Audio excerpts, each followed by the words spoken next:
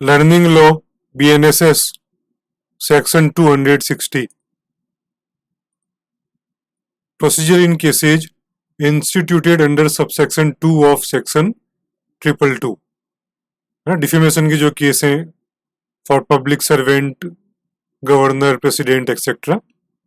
तो session court can take cognizance as a warrant case, है ना, सबसेक्शन 1 में समझा रखा है एज ए वारंट केस। ये cases without commitment session court accept करेगा।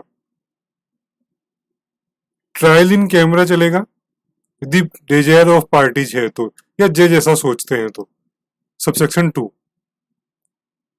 इफ कोर्ट डिस्चार्जेज और एक्विट्स एक्यूज्ड, है ना, एक्यूज को जाने देती है, छोड़ देती है क्योंकि एविडेंस नहीं मिले, तो उस केस के अंदर दी रॉन्गली एक्यूजेशन लगाया गया है तो उस केस में कोर्ट कारण बताते हुए 5,000 रुपए तक का फाइन लगा सकती है उस पर्सन पे जिसने एक्यूजेशन किया है। रीजंस देने होंगे, समझा रखा है सबसेक्शन 4 में। लेकिन ये केसेज जो होंगे वो पब्लिक सर्वेंट के लिए होंगे, means other than president, VP, governor, इस तरह के लोगों को छोड़ के।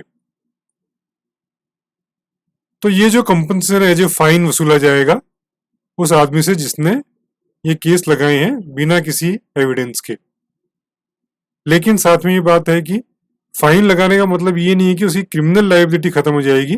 It is can not be exempted.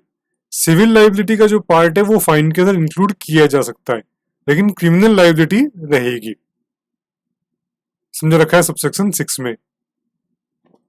जिस पर्सन पे फाइन लगाया है वो अपील कर सकता है हाई कोर्ट के अंदर, सबसेक्शन 7। जो कंपनसेशन पेमेंट होगा जिनपे एक्विजिशन लगाया था वो अपील के टाइम पीरियड के बाद होगा या अपील डिसाइड हो जाएगी उसके बाद में होगा। समझा रखा है सबसेक्शन 8। तो टोटल मिला के 8 सबसेक्शन यहाँ पे दे रखे हैं।